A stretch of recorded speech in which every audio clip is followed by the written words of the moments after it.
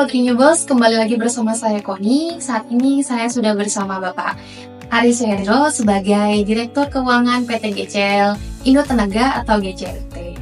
Semangat pagi Bapak. Selamat pagi. Bapak sebelumnya terima kasih atas waktu dan kesempatannya bersedia untuk diajak ngobrol santai nih Pak bersama Sobat Renewables. Baik, kita langsung aja nih Pak yang ngobrol ya Pak. Oke. Kenapa sih PT PLN Indonesia Power menggandeng partner dalam membangun pembangkit?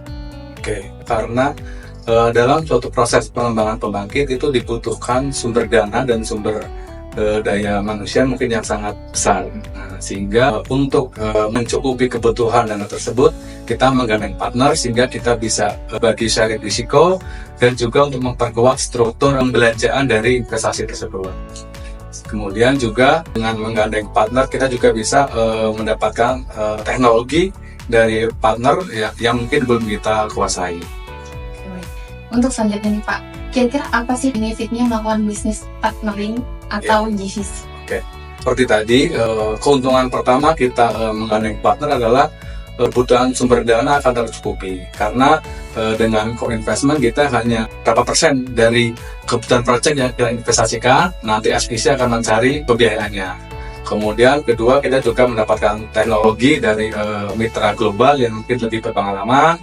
Kemudian kita juga bisa mengambil nilai positif dari partner, yaitu terkait dengan efisiensi operasi dari partner. Sehingga proyek kita akan menjadi lebih efektif dan efisien, sehingga bisa menghasilkan keuntungan yang lebih.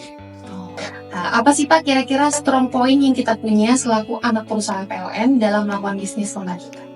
Kita sebagai salah satu anak perusahaan PLN mungkin akan mempunyai keuntungan. Pertama, kita mempunyai akses langsung kepada PLN terkait rencana pengembangan listrik di masa akan datang. Kemudian kita juga memahami regulasi PLN sehingga mungkin secara pengembangan strategis kita sudah bisa inline dengan tujuan PLN. Sehingga kita juga akan mendapatkan posisi nilai tawar yang lebih tinggi ya dibanding dengan pengembang-pengembang lain. Selanjutnya nih Pak, apa challenge dan opportunity-nya berbisnis dengan partner khususnya yang dari luar? Oke, mungkin pertama dari tantangan, yang pertama adalah perbedaan budaya. Perbedaan budaya, perbedaan bahasa itu suatu tantangan yang harus diselesaikan gitu. Karena bagaimanapun kunci dari perusahaan kan akan komunikasi ya. Tantangan itu sangat berat. Yang kedua kemungkinan tantangan terkait perbedaan regulasi. Karena mereka punya regulasi misalnya pajak, keuangan, dan bagaimana kita juga di Indonesia punya regulasi sendiri, sehingga perbedaan-perbedaan itu yang menjadi tantangan harus diselesaikan di awal perjanjian.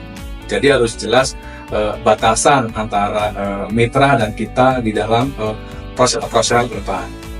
Untuk peluang atau opportunity, kita bisa mengambil sisi positif dari si partner, dari sisi teknologi, kemudian dari sisi sumber daya manusia, kemudian juga dari sisi efisiensi operasional dari mitra. Itu menjadi peluang bagi kita untuk bisa meningkatkan kinerja operasional kita. Selanjutnya nih Pak ya, apa sih yang bisa dipelajari dari partner? Kita bisa mempelajari partner dari segala aspek ya, dari aspek teknis, dari aspek SDM, dan dari aspek operasional.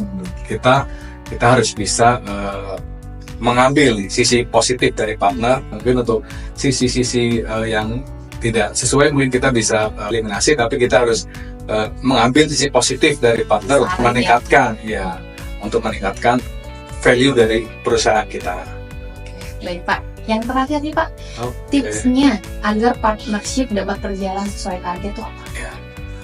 Tadi di tantangan kita adalah adanya perbedaan budaya, perbedaan bahasa, segala macam. Berarti kunci pertama kita harus bisa menyamakan pemahaman. Kita harus saling memahami budaya kita masing-masing. Kemudian kita juga harus memberikan batasan yang jelas di kontrak awal ya.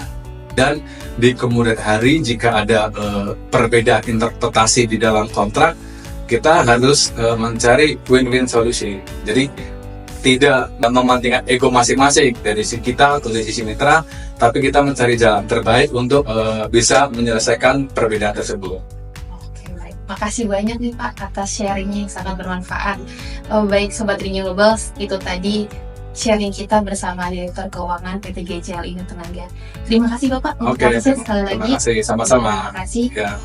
Sampai jumpa di konten Bincang Santai selanjutnya. Salam renewable. Salam renewable.